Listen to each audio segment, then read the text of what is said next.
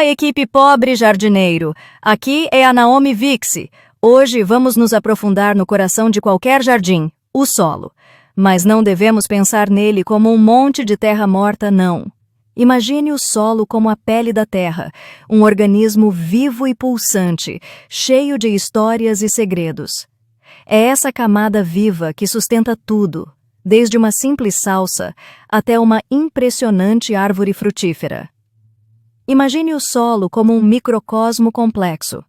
Ele é composto por partículas minerais, herdadas das rochas, matéria orgânica em decomposição, água, ar e uma infinidade de seres vivos. A textura, o equilíbrio de areia, silt e argila, diciona como a água e o ar se movem. Mas a grande revelação é o perfil do solo. Se pudéssemos abrir uma janela no chão, veríamos que o solo é formado em camadas, como um bolo de terra. Essas camadas são os horizontes. Na parte superior, temos o horizonte O e A. Esta é a camada mais superficial, escura e rica em humus. É aqui que a mágica acontece. A vida agitada de micro-organismos, minhocas e insetos decompõe folhas e ramos, transformando resíduos em nutrientes. É a principal zona das raízes, a despensa das plantas. Mais abaixo, o horizonte B. Este é o subsolo. Menos orgânico, mas onde minerais e argilas que foram lavados das camadas superiores se acumulam. E na parte inferior, o rochedo, a base, a origem de tudo. Quando falamos sobre preparar o solo para o jardim ou o canteiro, nosso foco principal deve estar nesses primeiros 20-30 centímetros. Horizonte A. É essa camada que precisamos nutrir e proteger.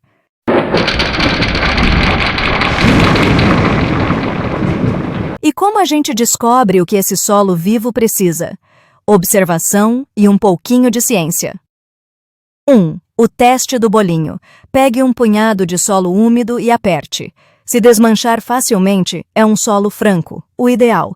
Se virar um torrão duro e grudento, é argiloso, retém água, mas é pesado. Se não formar bolinho nenhum, é arenoso, drena rápido, mas não retém nutrientes. 2. A análise do solo. Sua ficha técnica. Levar uma amostra de solo para análise num laboratório é como fazer um check-up. Ele vai te dizer o pH, se o solo é ácido, neutro ou alcalino, e a dosagem exata de cada nutriente. A maioria das plantas adora um pH levemente ácido a neutro. Corrigir o pH com calcário para diminuir a acidez ou enxofre para aumentá-la é o primeiro e mais importante passo. Sem isso, a planta não consegue absorver os nutrientes, mesmo que eles estejam ali. Preparo. Mecânico. Revólver com sabedoria. Na hora de preparar o canteiro, a gente sempre pensa em cavocar, mas é preciso critério. Revólver o solo demais com arado ou enxada, aração e gradagem intensiva, destrói a estrutura natural, quebra os caminhos que os micro-organismos e as raízes fizeram e pode até compactar uma camada mais abaixo, formando uma sola de pedra. O ideal é o preparo mínimo, revólver só o necessário para incorporar os corretivos e a matéria orgânica, respeitando a vida do solo. Aeração. A aeração e a compactação são como dois dançarinos em um tango. Um influencia o outro. A aeração é a capacidade do solo de respirar, de permitir que o ar circule livremente. A compactação, por outro lado, é quando o solo fica duro e denso, impedindo a circulação do ar e da água. Para ter um solo bem aerado, precisamos evitar a compactação. E como fazemos isso? Com matéria orgânica, é claro. A matéria orgânica ajuda a criar agregados, que são como pequenos grumos que se formam quando as partículas minerais se unem. Esses agregados criam poros, que são como túneis que permitem a circulação do ar e da água.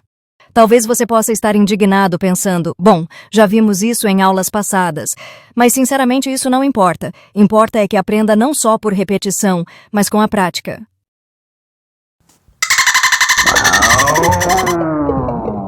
Tipos de solo. Conhecendo o seu terreno. Para saber como cuidar do seu solo, é importante conhecer o seu tipo. Aqui estão algumas dicas práticas. Solo. Arenoso. Drena rápido, não retém nutrientes, é fácil de trabalhar. Solo argiloso. Retém água, é pesado, pode encharcar. Solo siltoso. Intermediário. Fértil, pode compactar. Solo franco. O ideal, equilibrado, fácil de trabalhar. Para identificar o seu tipo de solo, faça o teste do bolinho. Se o solo formar um bolinho que se desfaz facilmente, é franco. Se formar um bolinho duro e grudento, é argiloso. Se não formar bolinho nenhum, é arenoso. Matéria orgânica. O coração do solo. A matéria orgânica é o coração do solo. Ela melhora a estrutura, aumenta a aeração, retém a água, alimenta os micro-organismos e fornece nutrientes. É como um elixir da vida para o seu jardim. Para adicionar matéria orgânica ao seu solo, use composto, humus de minhoca, esterco curtido, palha, folhas secas, serragem curtida. O importante é escolher um material que se decomponha lentamente e que não acidifique demais o solo. Drenagem. Evitando o afogamento. A drenagem é a capacidade do solo de escoar a água. Um solo com má drenagem pode levar ao encharcamento, que sufoca as raízes e favorece o surgimento de doenças. Para avaliar a drenagem do seu solo, observe se a água empoça após a chuva ou a irrigação. Se a água demorar muito para escoar, é sinal de que a drenagem não está boa. Para melhorar a drenagem, adicione matéria orgânica, construa canteiros elevados, adicione areia grossa ao solo ou instale um sistema de drenagem subterrânea.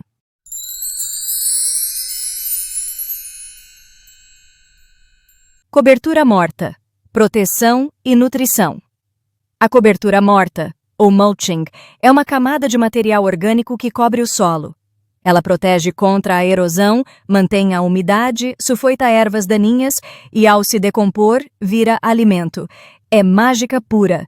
Para utilizar a cobertura morta corretamente, espalhe uma camada de 5 a 10 centímetros de material orgânico sobre o solo, deixando um espaço livre ao redor das plantas.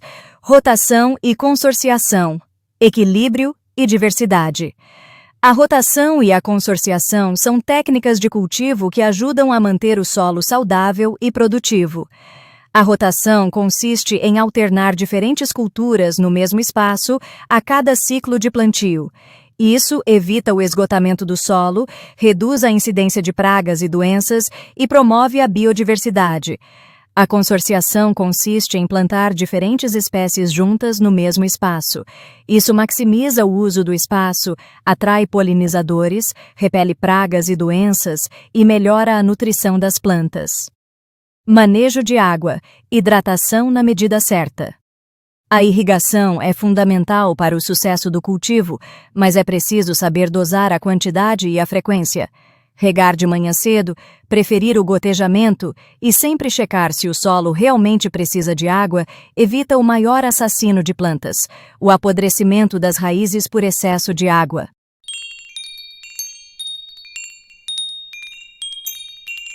Preparação de camas e vasos. O lar perfeito para preparar camas e vasos. Siga estas dicas. Escolha um local ensolarado que esteja protegido do vento. Prepare o solo com antecedência, adicionando matéria orgânica e corrigindo o pH. Escolha um vaso com furos de drenagem. Coloque uma camada de argila expandida ou cascalho no fundo do vaso para melhorar a drenagem. Use um substrato leve e bem drenante, como fibra de coco, vermiculita e perlita. Manutenção. Pós-preparação. Cuidado contínuo. Após preparar o solo e plantar as mudas, o trabalho não está terminado. Você deve continuar a cuidar do solo para garantir a saúde e a produtividade das plantas. Para realizar a manutenção pós-preparação corretamente, siga estas dicas. Adicione matéria orgânica regularmente. Areje o solo ocasionalmente. Reaplique a cobertura. Monitore o pH do solo a cada 1-2 anos. Estufas. Criando o microclima ideal. Estufas são estruturas fechadas que permitem controlar o ambiente de cultivo, protegendo as plantas das intempéries e prolongando a temporada de cultivo. Existem dois tipos principais de estufas. Estufas frias protegem simplesmente contra variações climáticas. Estufas aquecidas permitem o cultivo de plantas tropicais e a produção durante todo o ano.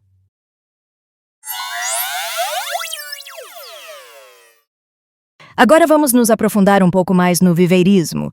O universo do viveirismo, fundamental para a produção de mudas que sustentarão a agricultura e o reflorestamento, tem nas estufas seu elemento central de controle e proteção. A estufa, enquanto estrutura, transcende a simples barreira física, tornando-se uma ferramenta de manejo microclimático que permite ao produtor ditar as condições ideais para o desenvolvimento inicial da planta. A variedade de estufas não é casual, mas sim uma resposta técnica e econômica às diversas necessidades das espécies e às condições edafoclimáticas de cada região. A classificação dessas estruturas pode ser compreendida em 3 eixos principais: o grau de controle ambiental, a geometria da construção e o material empregado. No que tange ao controle ambiental, as estufas se dividem em climatizadas, semiclimatizadas e não climatizadas. As climatizadas representam o ápice da precisão tecnológica, controlando ativamente variáveis como temperatura, umidade, fotoperíodo e até mesmo a concentração de CO2, sendo essenciais para a propagação de material genético de alto valor ou que exija condições extremamente rigorosas, garantindo uniformidade e alta taxa de sucesso.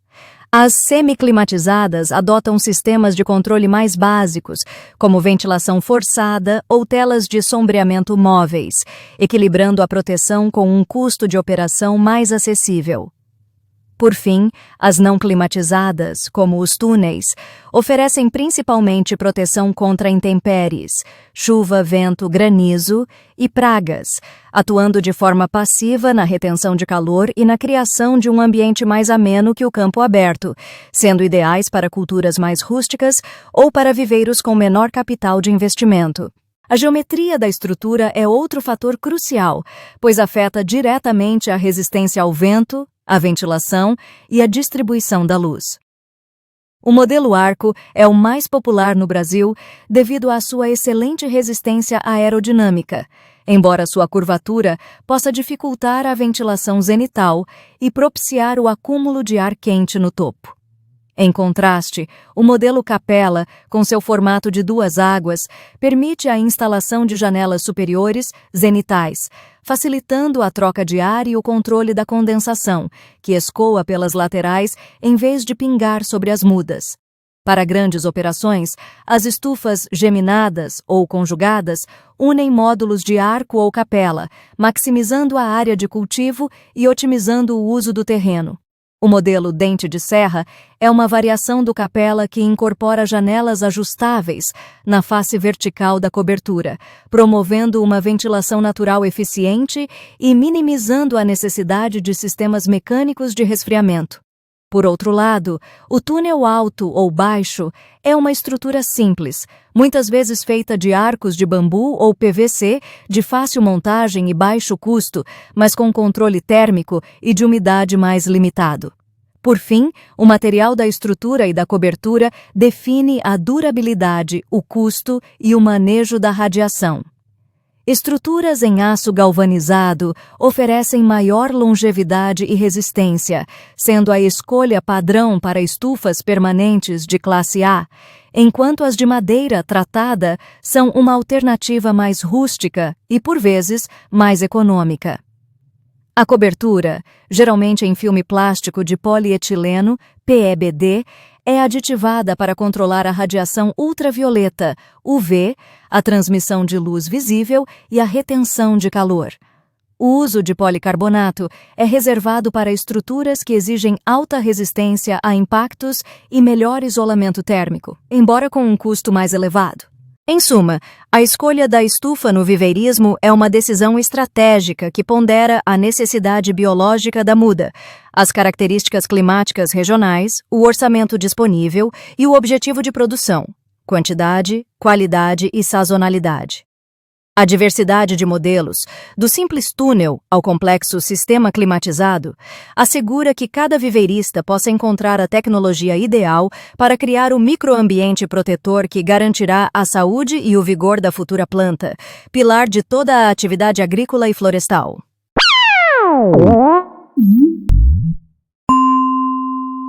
Segurança e sustentabilidade. Cultivar com responsabilidade. Ao cultivar, é importante pensar na segurança e na sustentabilidade. Evite o uso de produtos químicos tóxicos, priorize a fertilização orgânica, reutilize a água da chuva e use a energia de forma consciente. Lembre-se, amigos, cultivar é uma parceria com a natureza. É observar, aprender e intervir com respeito. Um solo saudável não é apenas a base de um jardim produtivo, é a base de um ecossistema resiliente e cheio de vida. E é isso que estamos construindo aqui, juntos. Não apenas jardins, mas santuários de vida. Espero que esta conversa mais profunda tenha esclarecido ainda mais as coisas. Diga-nos nos comentários como anda o seu jardim. Um abraço e até a próxima, no Jardim do Pobre Jardineiro e Pobre Filosofia.